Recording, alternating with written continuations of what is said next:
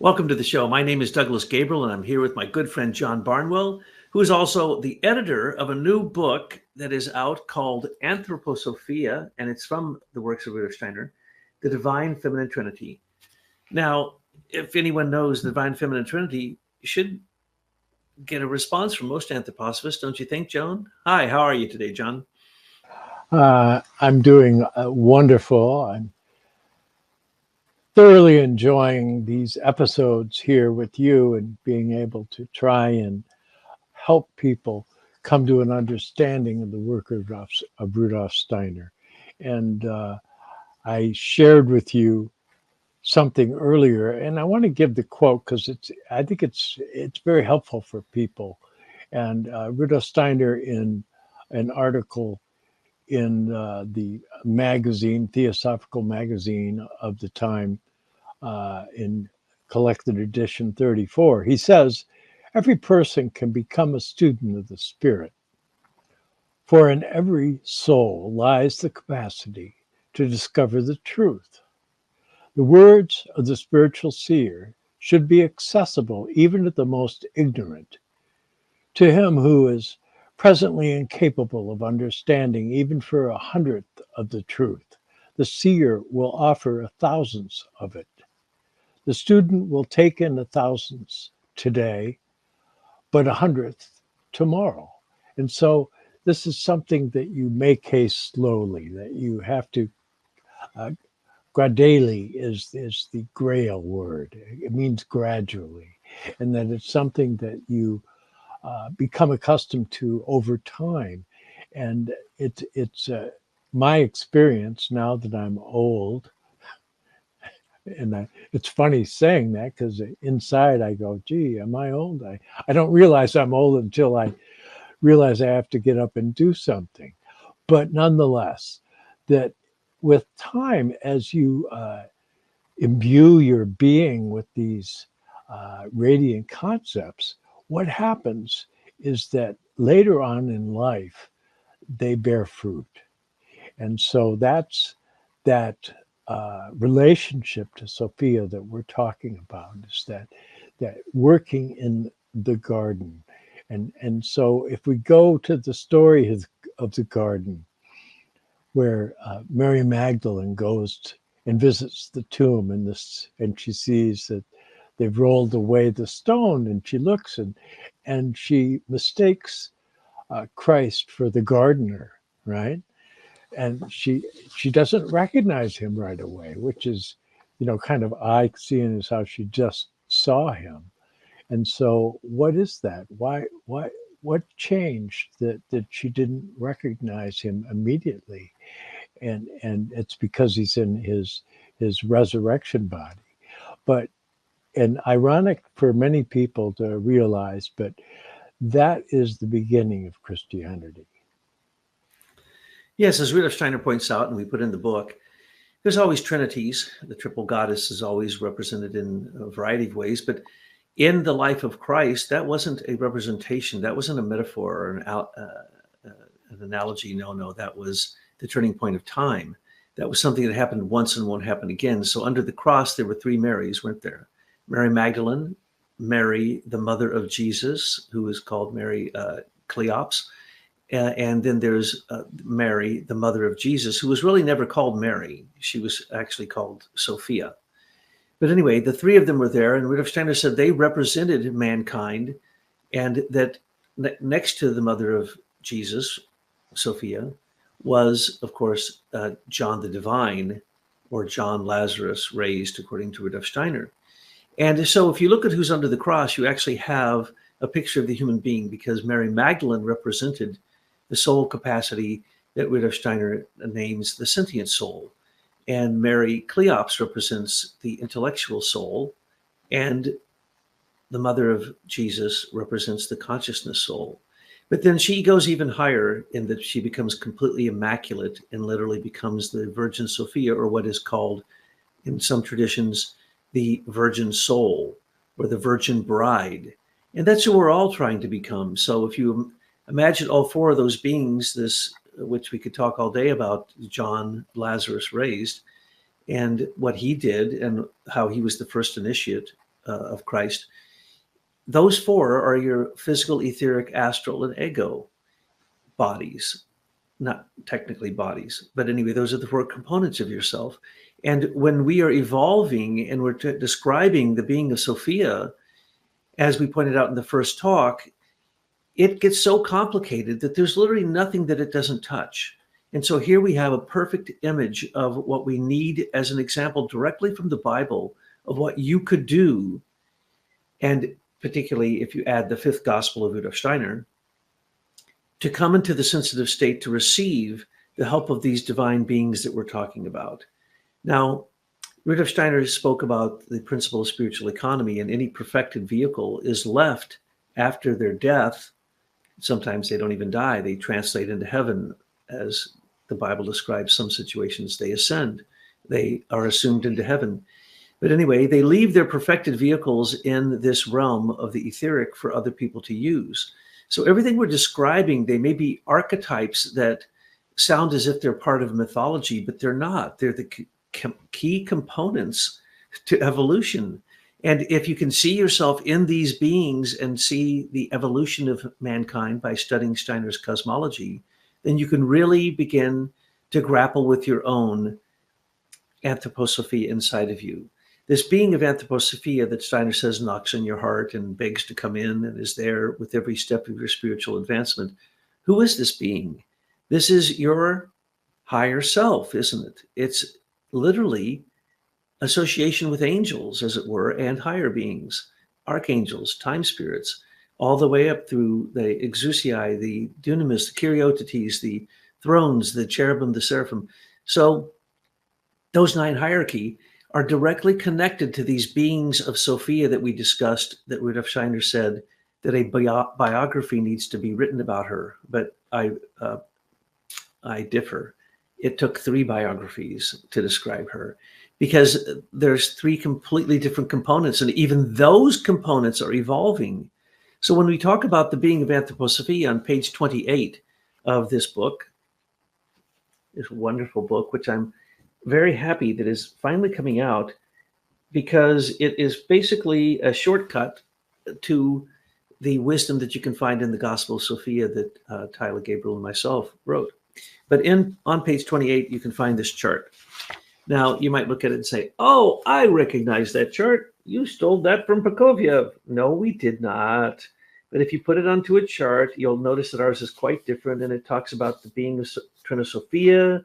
It talks it points out all kinds of things that you don't find in other people's charts about the incarnation of the being of Anthroposophia, which is somewhat like the superconsciousness, super collective consciousness of philosophical human beings, headed towards what Rudolf Steiner called intellectual clairvoyance. So we went from natural clairvoyance, when you could see this being of wisdom outside of yourself, through this dull natural clairvoyance, but there was no freedom, and there was no distinction between yourself and what it was you were perceiving. And the Greeks then started to see that outside of themselves was the breath that came in that gave them life. And so when they breathed in, they believed they were breathing in wisdom, this very being whose chart of biography I just showed you. And if you study this, it will actually shock you, because you've never, ever heard such a thing before. But when you try to apply it to real history, you say, it's amazingly accurate. It's applicable. This is not some highfalutin pie in the sky woo-woo. No, this is in fact applied spiritual science.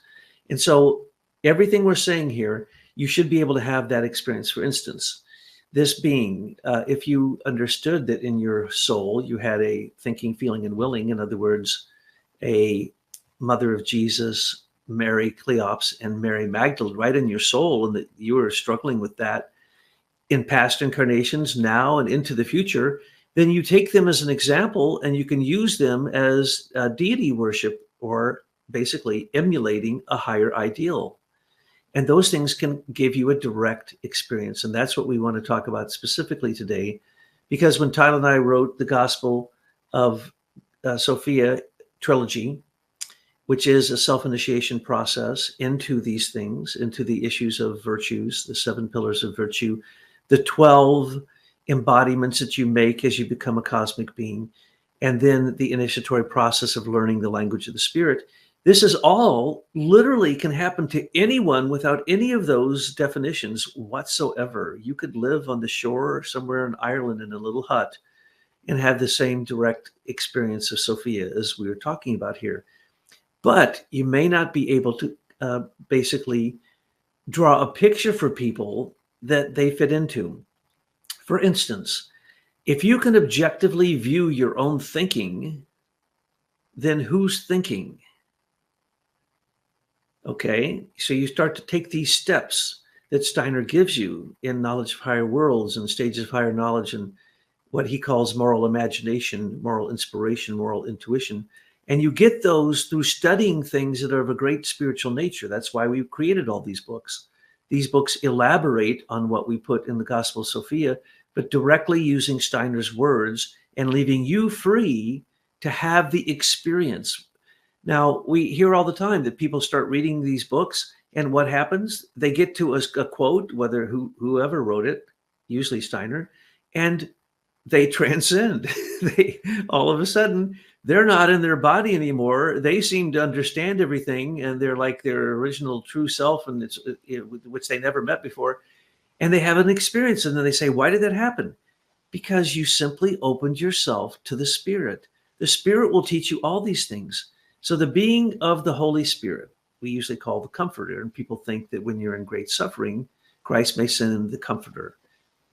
Not necessarily just that, because he sent the tongues of flame at Pentecost and gave everyone, all his disciples, apostles, and the women that were there, who were actually their leaders, and John, Lazarus by then, gave them the ability to speak in a language of the Spirit that everyone understood in their own language. In other words, the Tower of Babel was negated. The Spirit language spoke through them, and that's the reason that they set the world on fire and converted the world, because the Spirit of Christ was working through them.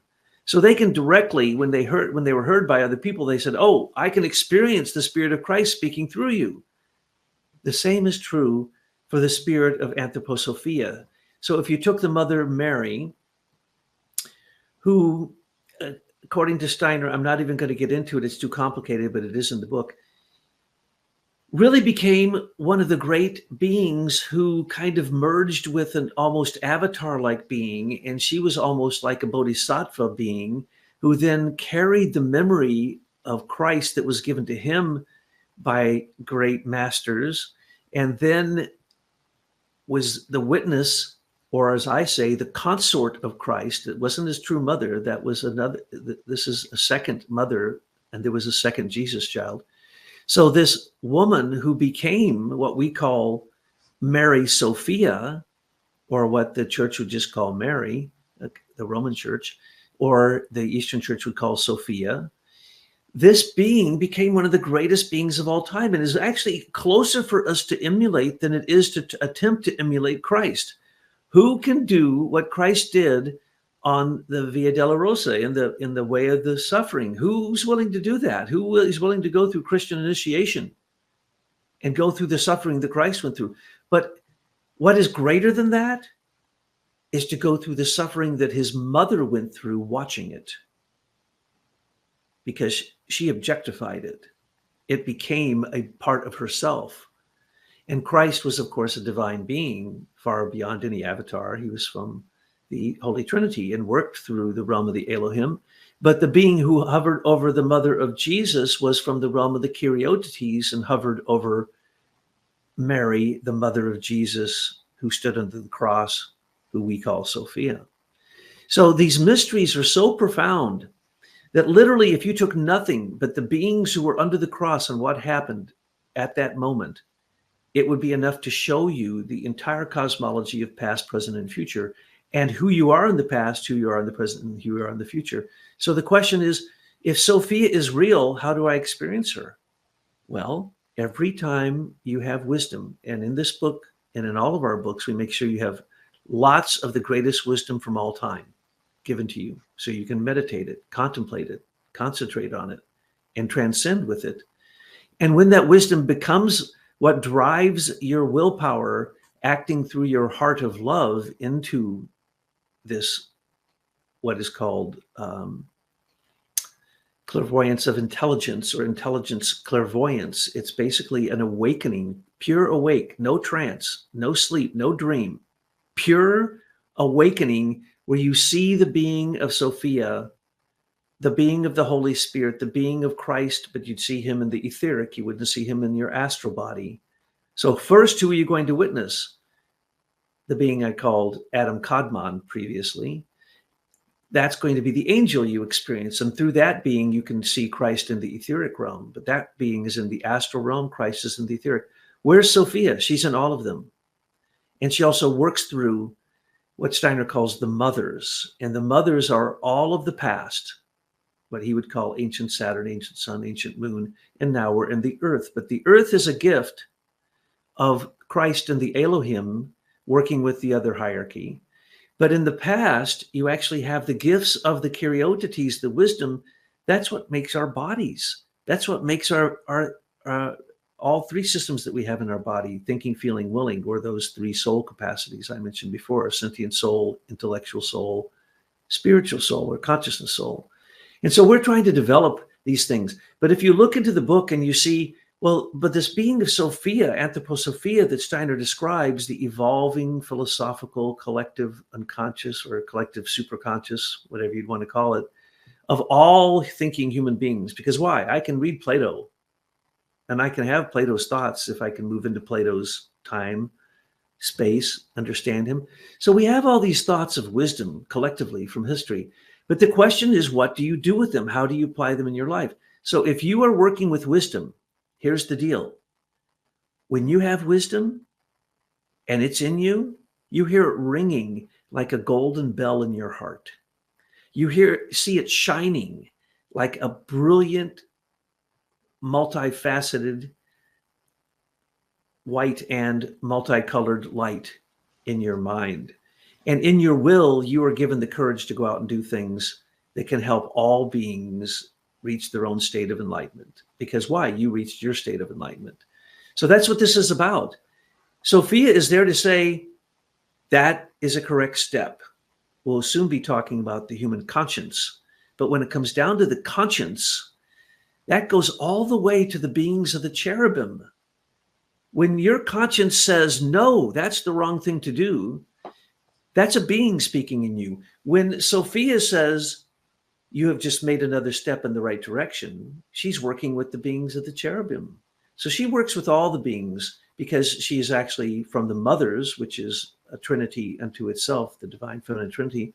And she's the Karyotetes, the beings of wisdom. And she's the collective superconscious philosophical mind, the intellectual nature of the advancement of human beings, all in one, which is being given to each of us in our time.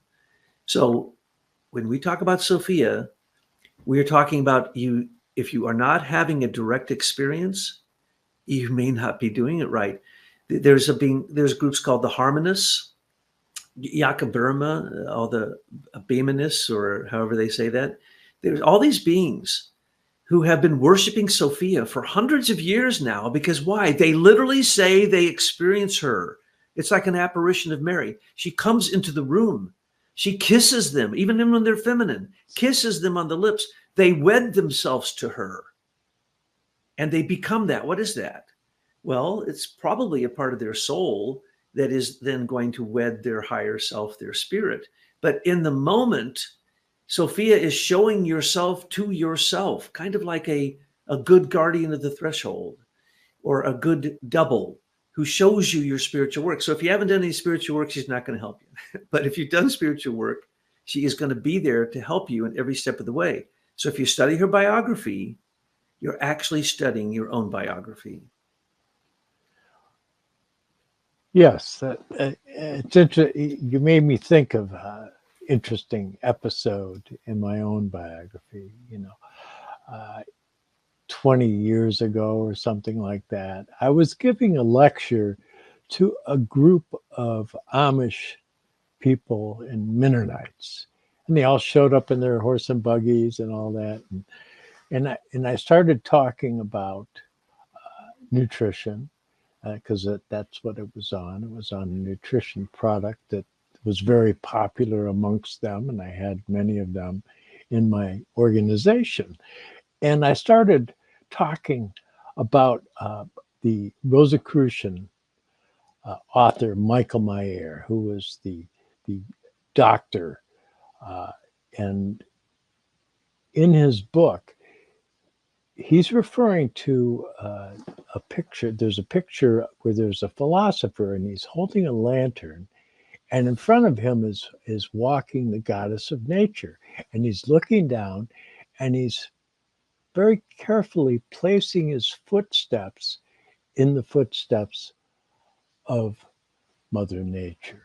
And so it's that whole concept that there's this tutelary relationship, the Greeks would call it, that Sophia can be thought of as a tutelary deity, that she's there as a guide, so that you have this guiding presence. It's like in the Divine Comedy when Dante is going through all of his experiences through the various realms, that he has somebody there with him as he goes through the experience. And so you have the Beatrice, or Beatrice as Americans would say it, but Beatrice was a young lady that he met. He was she was around 9 years old when he first met her. He was a couple of years older, and he fell in love with her at first sight. And but she ended up not living very long, and she ended up becoming his inspiration. And that was his tutelary being across the threshold was in his mind, his relationship to this Beatrice. And so you have that, and you have that with his mentor, and you can go through the history of philosophy, and you'll see that you have this idea, and you can look it up in Iamblichus, is on the mysteries of the Egyptians and the Chaldeans and the Babylonians. You can look it up, and it's all over the place, although it's not widely known, because people these days, I use these things that I have behind me. They're called books, and if you don't know, you don't know, you don't know, usually. And so takes some digging to be able to come to an understanding of some of the concepts that we're running with here. And I have to clarify something I said towards the end of our last show that we just did. And you have to realize that there's this evolutionary scheme, and that we're not the only ones evolving, but all the divine spiritual beings, the 9 hierarchies, are also going through their evolution. And so you have to be able to make a distinction when Rudolf Steiner references one of these beings or groups of beings, that how they fit into the scheme, the creative scheme, where I said that, for example, the spirits of form, Jehovah Elohim on Old Sun, well, he wasn't an Elohim at that time, right? He was 2 stages earlier. See, so when you get to looking at things that way, that you see that the angels went through their human stage on Old Moon, the archangels went through their human stage on Old Sun, and the archai went through their human stage on Old Saturn. And so using that as kind of a thread to hold it together, you can take that and translate it up through the ranks of the hierarchies, and you can figure out at what stage of the evolutionary scheme all these various beings are functioning at when they're being referred to, even though Rudolf Steiner would make reference to them in the kind of the present tense, when he's referring to the Kyrieutetes during Old Sun. Well, yeah, but they weren't Kyrieutetes at that time. See, and so I know this is confusing. This is difficult, and even Even Douglas has a furrowed brow when I bring this up, but it unlocks so much. Without that, don't think you have it.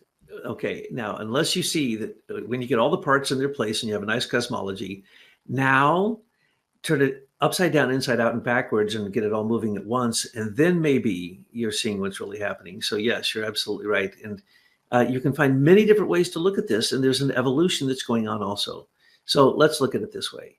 You have what we just talked about as thinking, feeling, and willing. Thinking in your head and your nerve system, feeling in your rhythmic heart system, so blood and lungs. And then the metabolic system in your is the lower part, and that's your willpower.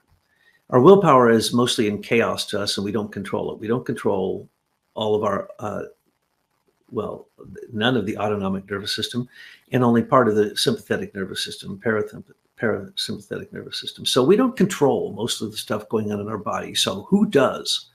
Well, those are the rules that were laid down by the thrones and the beings of wisdom and the dunamis and now with the human, the Elohim. So we have these higher beings working through us at all times. So if we were to talk about Sophia, you would say Anthroposophia is in your head. She is the developing thinking, the intellect, intellectual clairvoyance. That's what Steiner calls it, that we're supposed to be developing awake and going literally across the threshold to commune in the language of the spirit with angels in your thinking.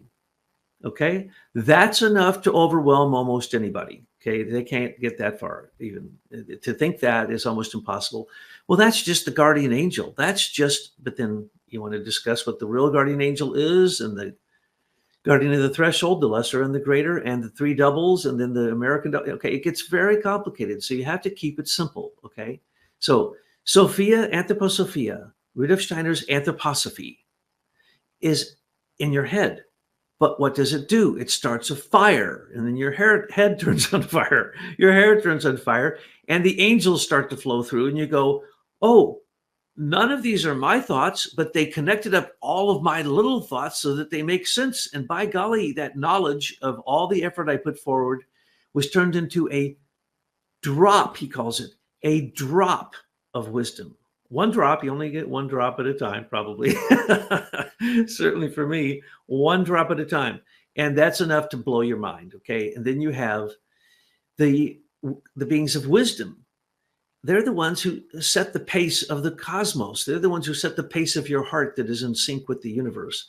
They are the beings, Steiner, and they live in your heart, and they are called the karyotetes. One could see them in your heart because they are connected to the archangels. And we can break this down so that what I just said about the head, I can give you 1,000 references for that to demonstrate that the angels are really working through your head and through Anthroposophia. Yes, they are. It is really true that the karyotetes, the beings of wisdom, or what Steiner calls the heavenly Sophia, is working through your heart. And she's sitting right next to Christ on the throne of your heart. Okay, she's like the queen of your heart. And then there's one more stage. You go into your metabolic system. But by the way, can you get out of your head down to the rhythm? No, not unless you're usually dreaming. And can you go down into the metabolic? No, not unless you're in trance. And when you do, you're scared to death because you're going to meet what Steiner calls the mothers, or he called them the three mothers, the great miracle. He says the great miracle is that the three mothers, miracle of transcendence, the three mothers become the mother. So you go down into the mother, right? And you have better worked out all the chakras down below your heart if you want to go down to the mother, because otherwise you're going to see your double, you're going to be scared to death. You will literally die from experiencing them, okay? Steiner describes this in great detail. So Anthroposophia in your head, the heavenly Sophia in your heart, and the mothers are in your will. Yes, and that's just one way of looking at it. So this is very subtle, and as they say, the devil's in the details. Well, it's even more complicated when it comes to understanding some of this material. Is that, well, for example, another way of looking at it, okay, so you look at your head, and you have the brow chakra, and so you're related to the realm of the angels. and the angels dwell in your thinking. And then you get and you imbue that thinking with feeling, and that's the realm of the archangels. And so that gives you a, a hint as to how you can understand the tongues of flame, and so that they could speak, so that people that spoke other languages understood what they were saying, because it was imbued with that power of the logos, the second logos that works through the throat chakra. And then you go down to the realm of the archive, the 12-fold chakra of the heart. And so that's yet another way of approaching this. And so you could just keep going through levels upon levels and come up with different ways of looking at this. And Rudolf Steiner is very clear. He says, well, there's a tree and, you're taking a picture over here. And now you go to the other side and you take a picture over there. The pictures may look different, but it's the same tree. See, so this is what we're doing here, except that you have to also add the added dimension of time. And so that, okay, yes, we're talking about the exousiae, okay, but they weren't exousiae during the time I'm making reference to, that was an earlier stage of their evolution. And so, but it is very, there's a simplicity within the complexity. But this gets to a point that's a lot of people wrestle with, because they like to think of themselves as monotheists. They believe in one God, and okay, that's fine. And we need that. And the masters of that is amongst the Semitic cultures, that they have this one God doctrine. But that doctrine, the shadow of that doctrine, is Ahrimanic. And likewise, you also have the other side of the coin, is the many divine beings. And when you look at that, and that would include the idea of the Trinitarian view, that without the Trinitarian view, you can't approach certain concepts. But the challenge of that view is Lucifer. Whereas the challenge of monotheism is Ahriman, the challenge of polytheism is Lucifer. And this is something that's clarified in a book that isn't a print at the time, but East in the Light of the West. It's an early publication of Rudolf Steiner's that shows how in the times before Christ came to earth, that the thinking principle within the human being was something that was coming under the inspiration of these Luciferic beings. But that when we reached the mystery of Golgotha with the incarnation of Christ, that there was a shift that happened at that time. And so the Luciferic spirits that worked internally to inspire your thinking leading up to the mystery of Golgotha. After the mystery of Golgotha, the inward nature becomes this mystery of the Christ and the Sophia. See, so that now Lucifer is outside. See, whereas once he was inside. And so you have the accounts of the terrifying initiations and the inner sanctity of the temple, where they would take you through the trials, and you would come to your realization of breaking through the adita of Lucifer. That's not the case anymore. So whereas the certain shall we say signposts of initiation have continued from the ancient world, they're entirely different.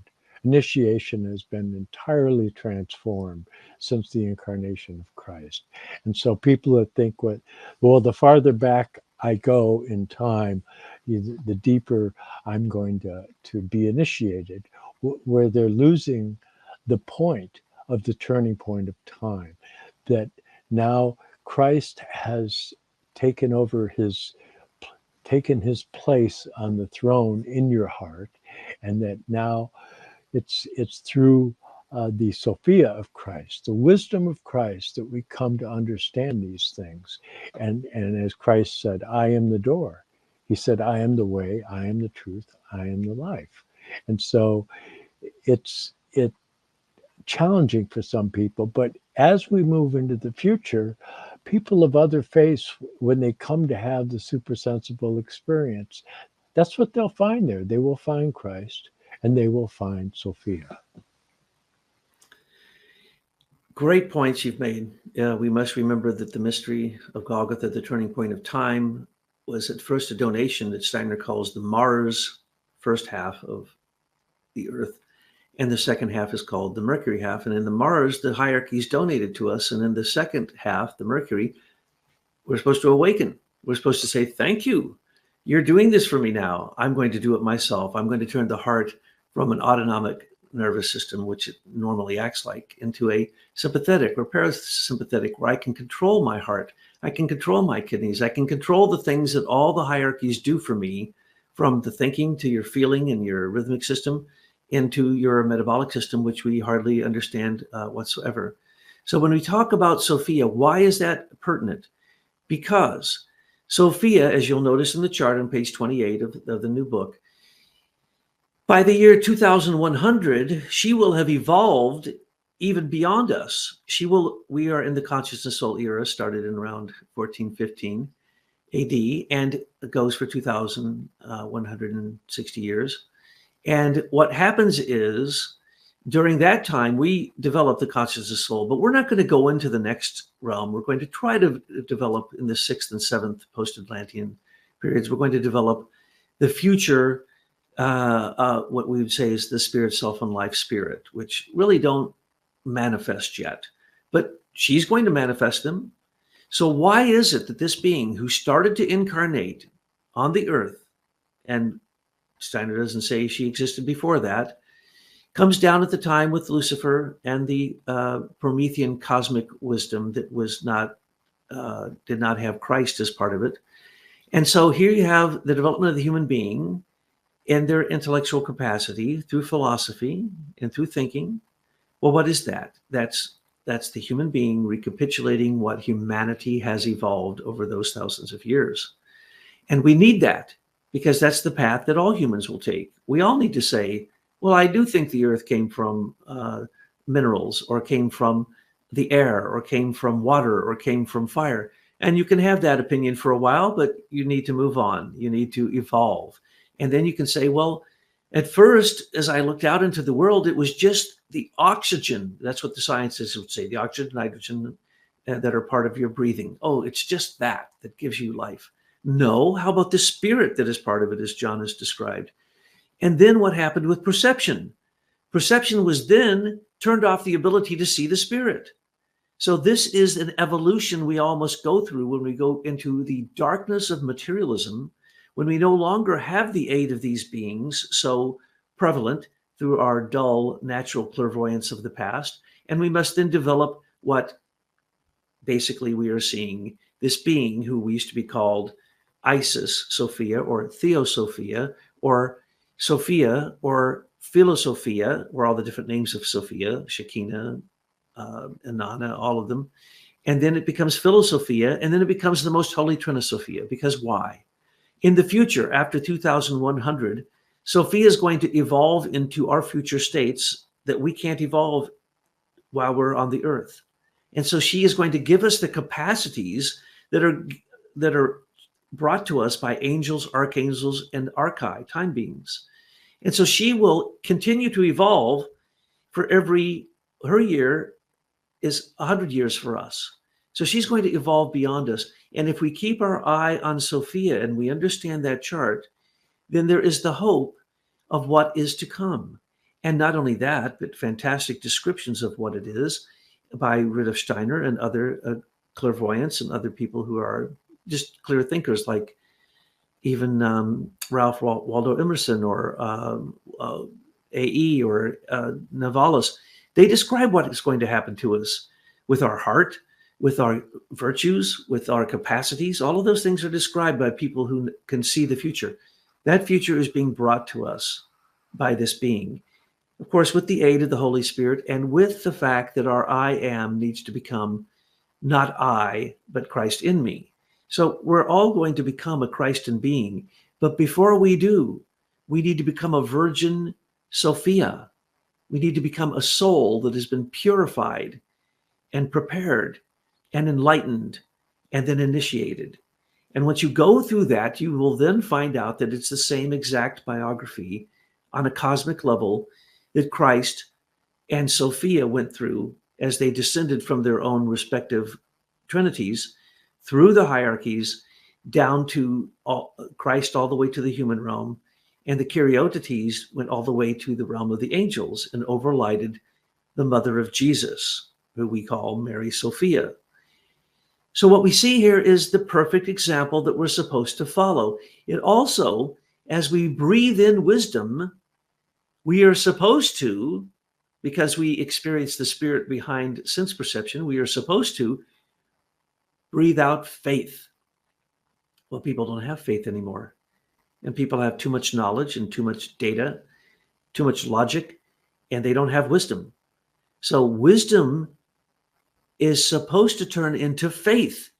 And once it does, then it bridges the gap across the abyss into the spiritual world. So if you have wisdom, you read one, for instance, Steiner says to meditate on the concept, wisdom weaves in light. Now, you may think that's a simple sentence, but when you realize that every plant, through the light of the sun, knows what it's going to become, becomes more of itself, goes through processes that we as humans aren't even able to understand, and gives all these plants give us gifts, just as it says in the Bible, the leaves of the trees are for the healing of the nations. We don't see that. If we did, we'd have faith in everything, because we would know that we are part of a wisdom-filled divine plan that is simply trying to do one thing, and that's to get us to independently love ourselves and others and God out of freedom, not out of compulsion, not out of religion, not out of duty, out of freedom. Well, how are you going to get my faith?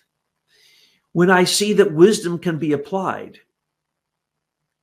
So I get faith by seeing the Spirit working.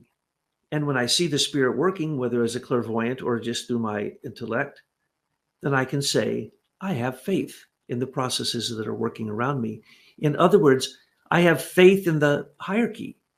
I have faith in their duties, in their ranks. I have faith in the beings who have come down from the hierarchy to be with us as great beings, as avatars, as bodhisattvas, as Buddhas, as all of these higher evolved beings, and then go back into the spiritual world and go right back up.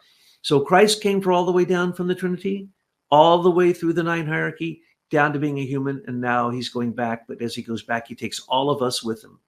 Sophia came probably, well, I would say, from the mothers, because why? The mothers also include the thrones, which are higher than the Karyotetes. Now, there's a refined point for you. So John and I could debate that all night long. Okay, so why is it that all of creation has wisdom in it?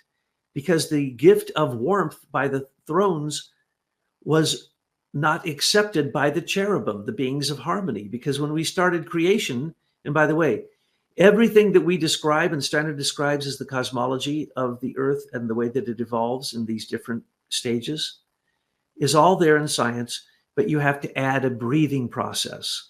Things come in and become concrete, and then they release, they reconstellate like in the chrysalis of a butterfly or of a caterpillar into a butterfly, and then they come back in and then they breathe.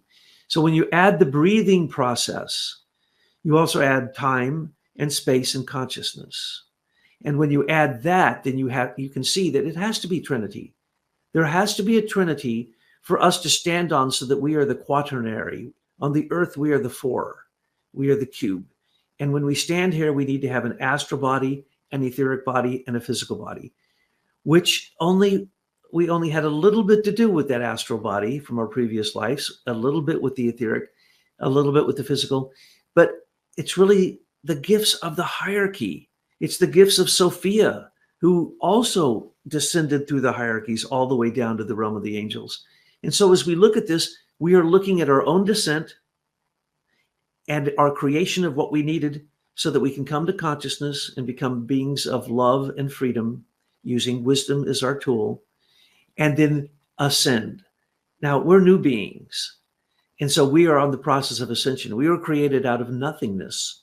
But in the end, we will not only become an angel and an archangel who is a Christened soul, part of the group soul of humanity, but we will become what Steiner calls a zodiacal I am, or a zodiacal ego, where we ourselves will participate in the very creation that we now are the benefit, that we benefit from, that we are the benefactors of.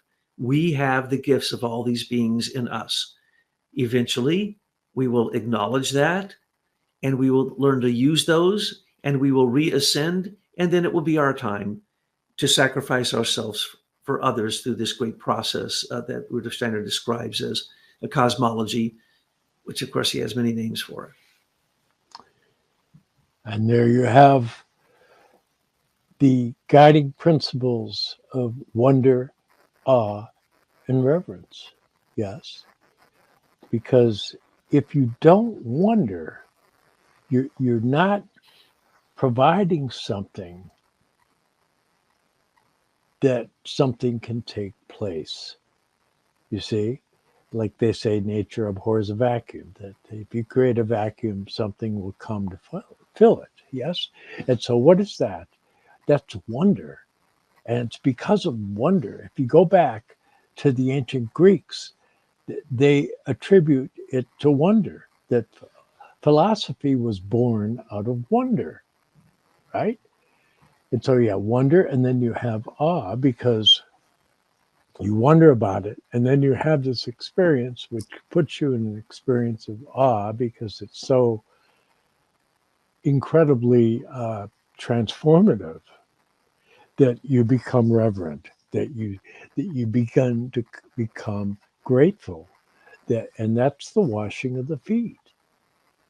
That's Christ washing the feet of the disciples, because he's pointing towards that mystery, that you have to understand that it's because there's something coming up behind you. There's something lower. There's something that hasn't reached the stage that you're at, that makes the stage that you're going through possible. And so that fits into the scheme. And then you go, well, where does Rudolf Steiner address this? Well, he says that the planet Mars, okay, they're going through their old moon stage right now as we speak, whereas the planet Venus, they're going through their Jupiter condition. See, so it's going on right now, and that's something that I don't think very many anthroposophists know, because if they knew that, they would have said it, and I never hear anybody talking about that. But so there's all these little bits and pieces of the cosmology that help develop the whole scheme. And so that the for example, the Mars half of Earth evolution, what that pertains to, right? And by the way, when he's saying Venus, he's saying the planet Venus, okay, not the what's sometimes presented as the Venus principle, because in like the Kabbalistic system, for example, the planet Venus is referred to as Mercury. So if you're not confused enough, well, we have plenty of more things that we can confound you with on this journey. But for now, let's just realize that the planet Venus is something that will create a longing in the Luciferic spirits.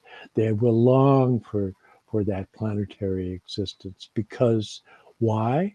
Because of their nature and their self-seeking frame of reference, that they miss out on that wholesome path of evolution that brings about a culmination and completion, because we're to develop into spirits of freedom and love, not just self contained effulgent Luciferic beings, but that we're going to have that warm, loving impulse of caring for the other beings, that's truly the crown of creation. Beautifully put. Now, when I said that in our thinking, we need to go through what all the philosophers have gone through.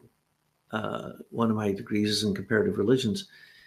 And I compared Thomas Aquinas's angels taken from Dionysius the Areopagite and Aristotle's categories. And when you do, you basically realize that modern science is nothing more than a religion that worships those categories. Well, what are the categories? Those are the 9 hierarchies in the human being. And so we have the same thing that we need to do that has happened in the past to bring us to the present. But what did philosophy come to? Now, I'm in touch with some good phenomenologists who believe that they are really, they're chasing Goethe and Goetheanism and phenomenology itself, Husserl and the whole gang. But I'm sorry, philosophy's dead. There's no philosophy of education. There's no philosophy of society. There's no philosophy of anything. And philosophy itself has led into nihilism and basically what we call modern art. Express your animal, your id, that lower side of yourself, and they think that's just exactly what you should do. And so John and I used to talk philosophy, and you can't find hardly anyone who will ever speak about philosophy. And if they don't get to phenomenology and say, all thinking is sense perception, it's a form, right? Thinking is a form about your sense perception. It's a mirrored reflection of sense perception and what you think about it, right? But we now know that the observer phenomena says that whatever you project is what you observe. So it's all in your thinking. But thinking has been led to nihilism. It's been led to nothingness. It's been led to spiritual vacuity. It's been led to scientific materialism, which has turned science, the art of knowing, skio, to know, into an art of killing. Science is simply killing things and seeing how it dies and then trying to replicate it through some man-made system. It's a very, very sad condition we've come to, and it's basically the intent of the dark spiritual beings to annihilate thinking, annihilate feeling, and annihilate willing. And they're doing a great job with the robots and transhumanism with the getting your will. They've already killed your feelings through education, through television, through entertainment and sports. And they've killed your thinking because nobody hardly ever thinks anymore. Literally, there are people who have nary a spiritual thought in their entire life. And this is so sad because this was the intent of the dark forces, to make you believe that there was no spirit behind what you see. But if you really had spirit in you, then you would see spirit in what you perceive. It's really simple. All you have to do is breathe. Go out, look at the sun, breathe. If you don't have awe, reverence, wonder, awe, and reverence, then you're an idiot. You're really stupid. And I don't know that you can be helped, and maybe you will not evolve. Because wonder better come from looking at the sun, because look at it long enough and it'll burn your eyeballs out, right? You'll become blind. It better create some awe in you because you had nothing to do with it, okay? You are just, it appears to be a worm down here looking up at things that you can't understand.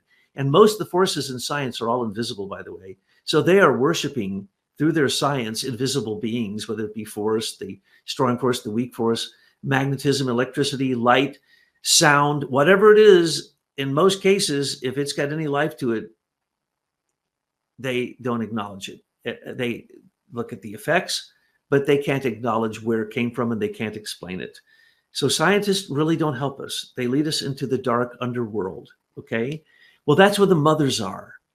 And so these scientists to me are a bunch of wimps because they can't face the mothers. They can't face the astral body, the etheric body, the physical body. They can't face any of those, and they can't face their thinking. So we're in an age where we are basically out in the desert and we have the 3 temptations that Christ had. And we have the same beings coming to us. And unfortunately, most of us are failing in those temptations because we don't see what is there in front of us. We see forces. Science tells us these are dead forces. They're all dying. It's entropy. No, they're living beings, all of these things. And so when you want to analyze Sophia, or analyze the hierarchy, analyze your thinking, or analyze what you might imagine the future is like, you can simply do it by studying wisdom. And when you study wisdom, it also predicts the future. It predicts who you are. And basically, that is exactly inside of yourself. You don't need to go anywhere but to your heart and look at yourself objectively, thinking, feeling, willing, your ego, these different bodies that Steiner talks about, and then realize that if you have the slightest bit of humility, the slightest bit of purity, and that wonder, awe, and reverence, and you finally do something reverent with the fact that wonder, as Steiner says, the Greeks believed that philosophy came from being amazed, he says. They looked out on the world. They were so amazed that they had to sit around and think about this and come up with ideas. And so that went on up to our time. But now the ideas, when science looks out in the world, they say, how can I make money from it? How can I get self-aggrandizement? How can I put my name on this theory? How can I say I'm the first one ever to notice these things and I control it? That's what science wants. Man-made control of God-given beings. And so when we're talking about Anthroposophia, there is no end to this. And when I made reference to the fact that the deepest anthroposophist I know will always come back to Anthroposophia at the end of their book, but it will be a very short description, and it will be cloaked in mystery and wisdom. And really, what is it? It's just an apocalypse. It's a revelation of who you are. And once you understand this, then you can do what Dr. Tyler Gabriel did, which is create a process of self-initiation based upon the wisdom given to us by the ancients, Rudolf Steiner, and our own direct applicable experience of the three different beings of Sophia. Yes, and just to take it to its ultimate step, Rudolf Steiner had said that he described Hegel and Fichte. He referred to them as occultists. Oh, by the way, he referred to the writers of the Gospels as inspired occultists also. And to that, we could also add Baruch Spinoza. Okay, but Spinoza, you could refer to him as a monotheistic, Judaic occultist, right? And Goethe had a fascination for Spinoza when he was a young man. But the thing is that you have to be able to go beyond that philosophical barrier. And so philosophy is something that Rudolf Steiner says arises as a result of fear of that which you can't perceive. So philosophy takes place in the arena of the life of the senses, in the sense-bound abstract thinking of the brain. So, for example, he says, he has great respect for Hegel, but he says, but you will not find Christ through studying Hegel. He's very clear about that. It's like, well, that's quite a statement. And then when you look and you say, okay, well, then if philosophy died, what happened? When did it happen? Well, then you go to Wittgenstein. Wittgenstein wrote 2 books, okay? And they don't agree with each other. These 2 books disagree. But how did Wittgenstein, what did he do at the end of his life, after he'd written his books? He studied the Bible, okay? What does that tell you? One of the most intelligent individuals. By the way, so did Hegel. He said, there's no end to studying the Bible. And so it kind of gives you a clue that some of the smartest people that have entered into the human arena have come to the conclusion that they needed to know more about studying scripture. And of course, the key to that understanding is wonder, awe, and reverence. And as the Old Testament was chasing after wisdom, Shekinah, and all of her different names, we today should be chasing after that wisdom Just as Steiner pointed out, the most important thing is for us to study the quest for the new Isis Sophia myth. And when you study that myth, which is incredibly mystical and mysterious, what you'll find is yourself. And that's the whole point. We must go on the quest to find ourselves, because once we do, we are the hieroglyph of the universe. We are the wisdom of the universe. We are Sapientia. We are the children of Sophia.